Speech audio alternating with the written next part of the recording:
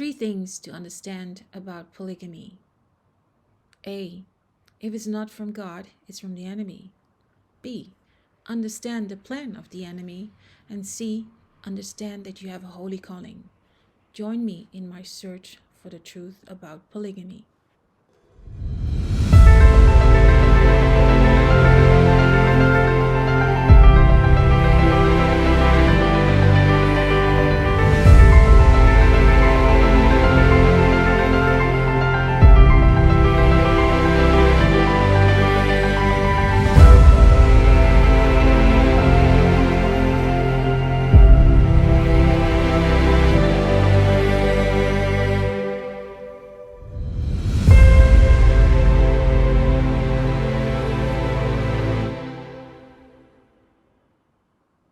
Thank you for watching this study. Please like and subscribe so that God's people will be prepared. Let's start our journey. Isaiah 5:20. Woe unto them that call evil good and good evil, that put darkness for light and light for darkness, that put bitter for sweet and sweet for bitter. Woe unto them that are wise in their own eyes and prudent in their own sight. Woe unto them that are mighty to drink wine, and men of strength to mingle strong drink, which justify the wicked for reward, and take away the righteousness of the righteous from him. Isaiah 5 shows us that there is danger in calling good evil, and vice versa. We endanger ourselves when we call what God has said is blessed is cursed, and vice versa. If God has blessed something and we call it a curse, we are in danger of being condemned. So let's go to the 3 steps. If it's not from God, it's from the enemy. One of the principles of hermeneutics is the principle of first mention. It means if you want to understand what God says in a particular verse, go back to the first time this word is mentioned and look at its context. And therefore, let's start at the beginning, where there was no sin. And let's talk about the patriarchs. Adam. Genesis 1 verse 27 and 28 reads, So God created man in his image. In the image of God created he him. Male and female created he them. And God blessed them. And God said unto them, the female and male, Be fruitful and multiply and replenish the earth and subdue it. So Adam was given one wife. Wife is in Hebrew Isha, which is Strong's 802, and it means Eve. Now, according to Josephus, Adam had 33 sons and 23 daughters. Did he have them with Eve?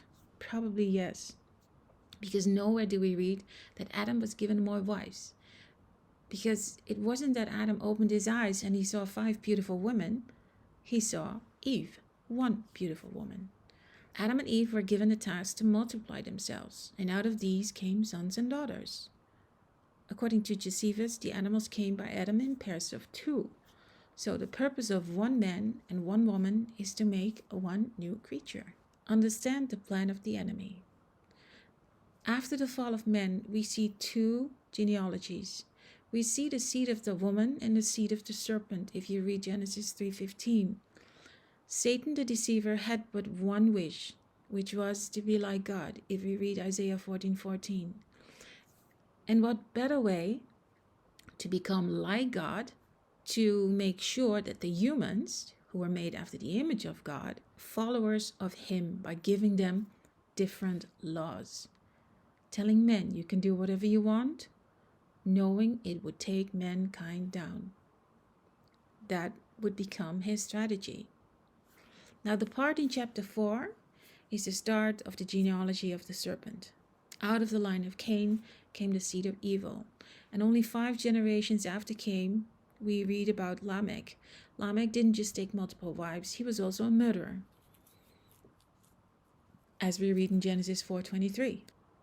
Lamech didn't think about the command that was given to his grandparents, as in that a man shall leave his father and his mother and hold fast to his wife, and they shall become one flesh, as we read in Genesis 2 verse 24. Lamech decided to break that command and take more wives. So the age of evil entered and culminated into Genesis 6, where God decided to kill all of mankind except for Noah. Noah had one wife. Noah, a righteous man, knew Seth, the righteous son of Adam. So Seth must have told Noah all the things he heard from his father Adam, and all the things about creation and the fall of man and his siblings. And in Genesis 6, verse 18, we read that with thee I will establish my covenant, and thou shalt come into the ark, thou and thy sons, and thy wife, and thy sons' wives. So his 3 sons had one wife, because there are no concubines mentioned in their line, as you can also read in the genealogy of Genesis 10. However, the prophecy that was given unto Adam and Eve about the seed of the woman and the seed of the serpent was still a fact. And Noah's son Ham, we read in Genesis 9, was cursed, and out of his line came the evil Nimrod, as we read in Genesis 10, verse 8 and 11. Noah's son Shem was blessed, and out of him Abram would be born, as we read in Genesis 11:10. We also read in Genesis 10 that out of the 70 nations that came out of the family of Noah, Abram was called, and God made him his own. We can also read that in Deuteronomy 32:8, where we read, when the Most High gave the nations their inheritance, when he divided the sons of men, he set the boundaries of the people according to the number of the sons of God. But the Lord's portion is his people, Jacob his allotted inheritance. So we see that God, amongst the other nations, decided to call his own people. And therefore, we read the story of Abram. Abram and Noah did not know each other, but Noah was Abram's great-great-grandfather. Now, why is this so important? Because the good guys must have shared the stories of old, the fall of man, the flood, the Tower of Babel, and therefore the will of God. Now, Abram had one wife according to the pattern of Adam and Eve. We read that in Genesis 12:5 and Genesis 13:1. But according to the customs of the area where they lived, when they left Egypt, Sarai received a maid. It wasn't that Abram received another wife or a concubine. It was Sarai who received a maid. And when you read Genesis 16, verse 1 to 6, we see that it was Sarai who had the idea to give her handmaid to Abram, not because she wanted to, but because she was barren. Now, according to the Code of Lipit Ishtar, who lived among 1870 BC, we read that this proposal that Sarai did was tradition within the Sumerian land where they lived. You have to understand the traditions of the land Abram and the patriarchs were living in, and I will leave a link with a study on this specific topic. When Hagar became pregnant, Sarai regretted her decision and said what she did was wrong. And Abram said, "You deal with her as you please." And even though Sarai sent away Hagar and her son, we see that they came back and lived with the tribe of Abram. Now, it wasn't until Isaac was born that Hagar and her son were sent away. Hagar was never accepted by God as Abram's wife. God called Hagar Amma, which means the Egyptian handmaid or female slave, as we see in Genesis 25:12. After Sarah died, we read that Abram got remarried to one woman again, which was Keturah, with whom he had 6 children. Abram had one woman, Sarah, and after she died, he married Keturah.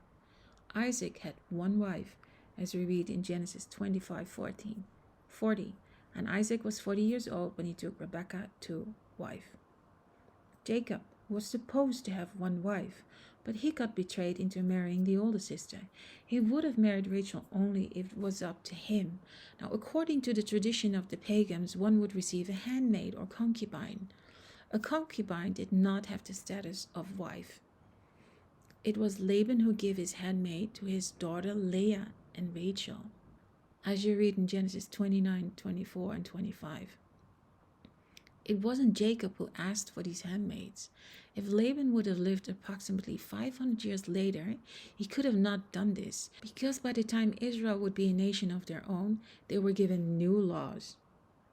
And one of these laws were that you were not supposed to marry with another sister. Leviticus 18 gives us sexual laws. Why? Because Israel were not allowed to follow the customs of Egypt and Canaan. Read Leviticus 18, verse 3 and 4. Joseph had one wife, Genesis 41:45. And Pharaoh called Joseph's name Zaphenath-Paneah and gave him to wife Asenath, the daughter of Potiphar's priest. And unto Joseph were born 2 sons. And if we read Genesis 49:31, it shows that they buried Abram and Sarah his wife. They buried Isaac and Rebekah his wife. And there I buried Leah. So in God's eyes, you still see the principle of one man, one woman. Moses had one wife. Exodus 4 verse 20 reads, And Moses took his wife and his sons and set them upon an ass, and he returned to the land of Egypt. Exodus 18 verse 5 reads, And Jethro, Moses' father-in-law, came with his sons and his wife unto Moses. Of course, there's the matter of Numbers 12:1, where we read, And Miriam and Aaron spake against Moses because of the Ethiopian woman whom he had married. Study shows that this woman is the same. Zipporah was a Midianite. So you see, the patriarchs lived up to the biblical principle, except for Jacob, because he was tricked by his evil uncle Laban. If Jacob would have been true to God, he would have accepted Leah for his wife. But being obsessed with Rachel, he decided to go against God's original plan of one man and one woman. What about the judges and kings after the days of Moses? In the book of Judges, only Gideon is mentioned to have many wives. If you read Judges 8 verse 30. In the book of 1 Samuel 1:12, we read that Elkanah had 2 wives. But as we know from the law of Hammurabi, if a woman could not have children, a man was allowed to have another wife who could give him children. This is the case of Hannah and Peninnah, and unfortunately the Israelites still held to the customs of old pagan traditions. Same goes for the kings. In the law, God being omnipotent, Moses was given to write down laws for the kings that would come in the future. And so Deuteronomy 17 says that the kings were not supposed to multiply wives. While this cannot be interpreted as a command that the kings must be monogamous, it can be understood as declaring that having multiple wives causes problems, and this can clearly be seen in the life of Solomon, where this warning was fulfilled, if you read 1 Kings 11 verse 3 and 4. Now, out of the 42 kings, 9 were mentioned to have more wives. The fact that there are some cases of multiple wives are part of the prophecy of the evil seed of the serpent. The evil one knows that polygamy is a way of destroying families. Just look at all the stories of the kings and their sons. Let's have a closer look at Solomon and his life, and particularly how his life ended. Now, the book of Ecclesiastes tells the story of how Solomon looked back on his life. Chapter 2, verse 8, we read that he had it all, and he mentioned the so-called good life that he was supposed to live. But what were his words at the end of his life? If you read Ecclesiastes 9, verse 9, it says, Live joyfully with the wife whom thou lovest all the days of thy life. After all the mistakes that he made with his multitude of wives and concubines, this was the conclusion of the matter. The wife whom thou lovest all the days of your life. One woman for the rest of your life. As he also wrote in Proverbs 15, verse 15 to 19, where he wrote, Drink water from your own cistern, running water from your own well. Should your springs overflow in the streets, your streams of water in the public shares, let them be yours alone, never to be shared with strangers.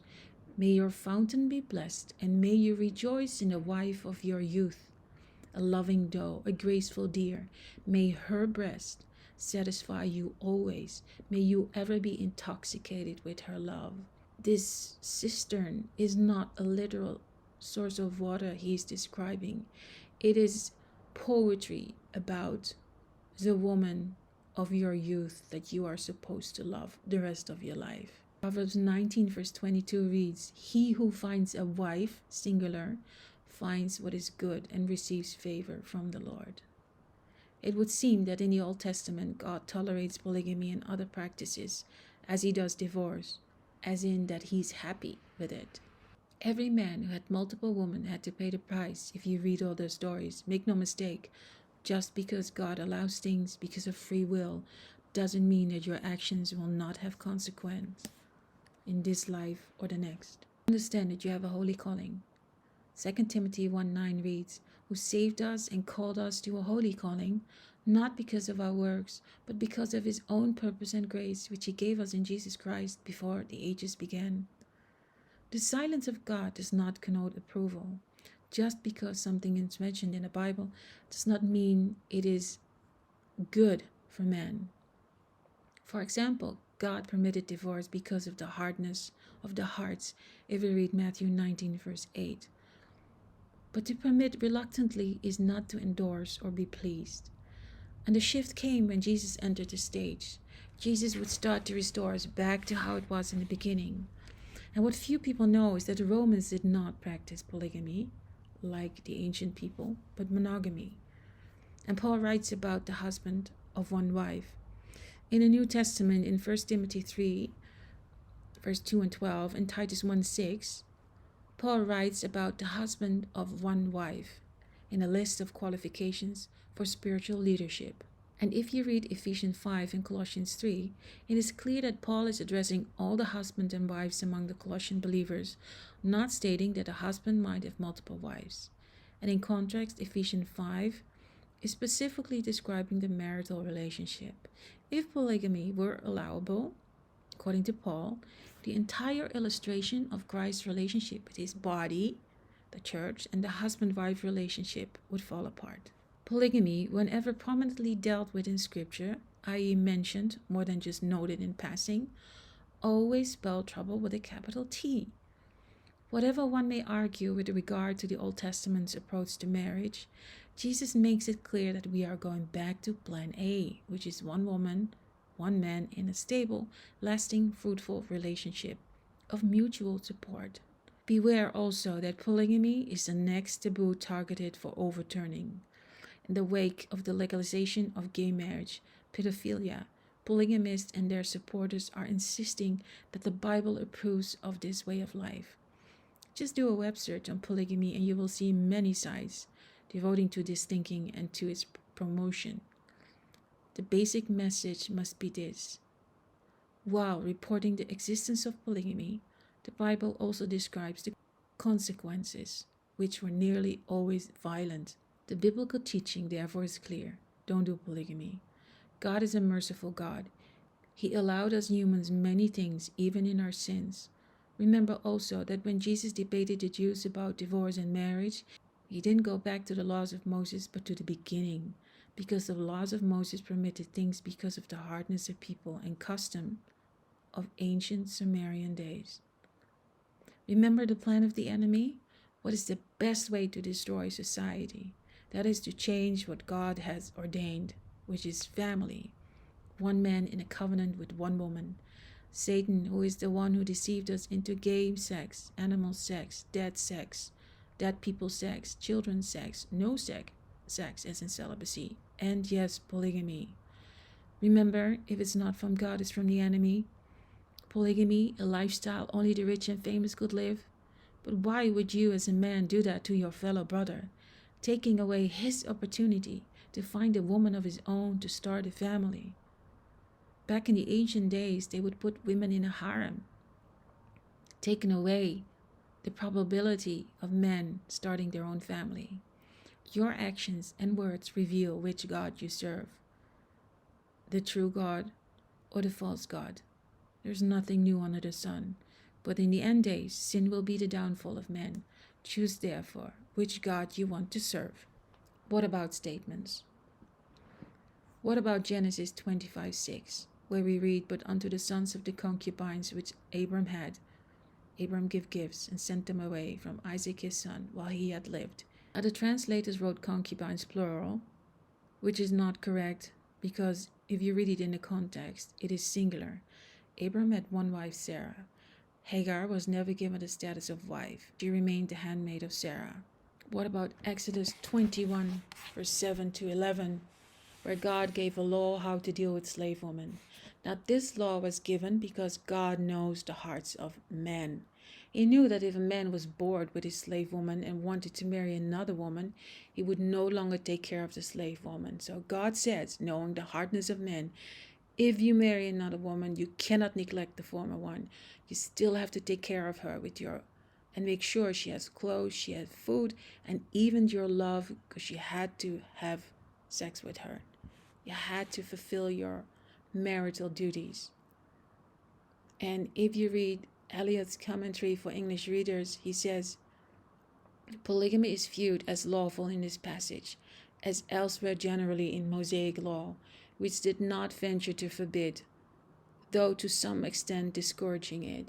The legislator was forced to allow many things to the Hebrews for the hardness of their hearts, as we already heard in Matthew 19:8.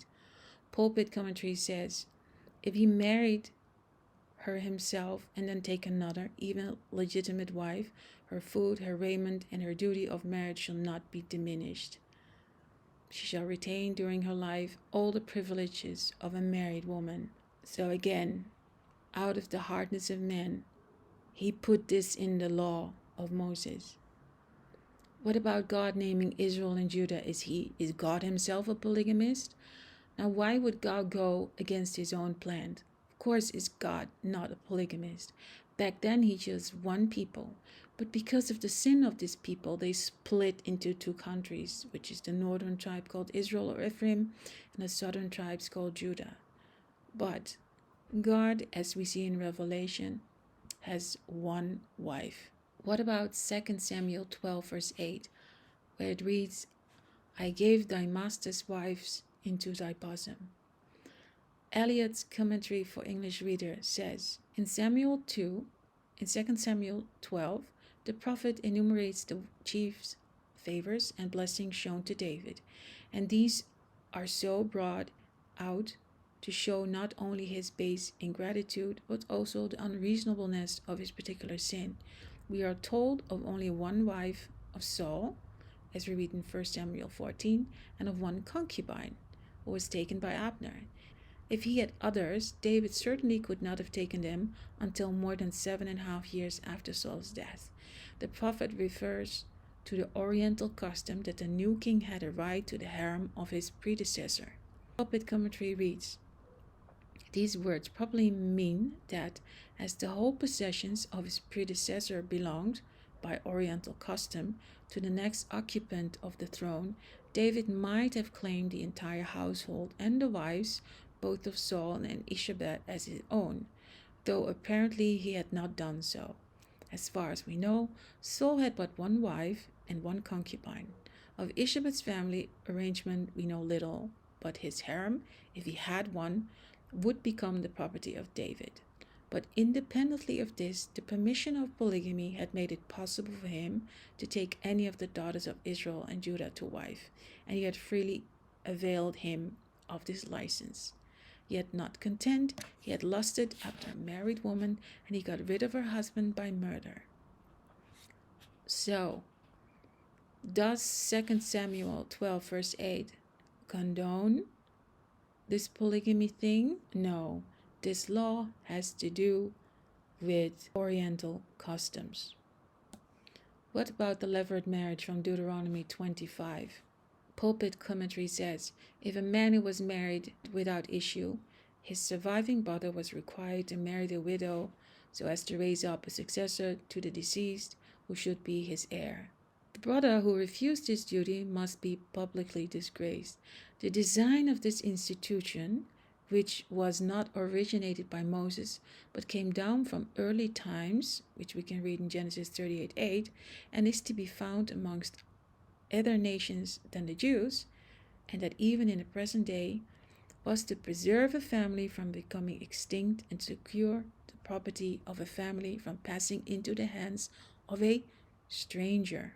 And Benson's commentary says, in the same town, or at least in the same country, if brethren would dwell together. For if the next brother had removed his habitation into remote parts, or were carried thither into captivity, then the wife of the dead had her liberty to marry the next kinsmen that lived in the same place with her. Any of them, for the words are general, and the reason of the law was to keep up the distinction of tribes and families, that so the Messiah might be discovered by the family from which he was appointed to proceed, and also of inheritance which were divided among all the brethren, the firstborn having only a double portion. Again, as Pulpit says, this design of institution was not originated by Moses. You have to understand the two seeds, the two lines that came from the woman Eve. One line was good, one line was evil. Out of the line of evil came murder and polygamy. By the time we come to Abram, the nations of the earth did not follow God, but lesser gods. That's why God chose Abram to call his people. But since the people were used to the customs of the pagans, we see that God gave them other laws, similar, but better than the pagan laws. Did Jesus have multiple wives because of the 10 virgins? Of course not. Jesus was speaking in parables, talking about who his true followers were and who weren't. The Bible is all about one people, true believers called saints. What about Galatians 4, verse 23 to 31, Sarah and Hagar? Again, it's all about context. Verse 24 reads, which things are an allegory, for these are the 2 covenants, the one from the Mount Sinai, which generated to bondage, which is Hagar. Paul explains why there are only 2 covenants and shows us in which covenant we ought to live. What about the statement, but the man who wrote the Bible must have been approved by God? Well, yes, God knew who he chose when he inspired men to write his words.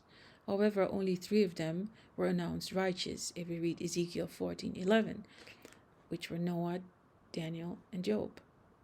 But let's not forget, all scripture is breathed out by God and profitable for teaching, for reproof, for correction, and for training in righteousness, as we read in 2 Timothy 3:16.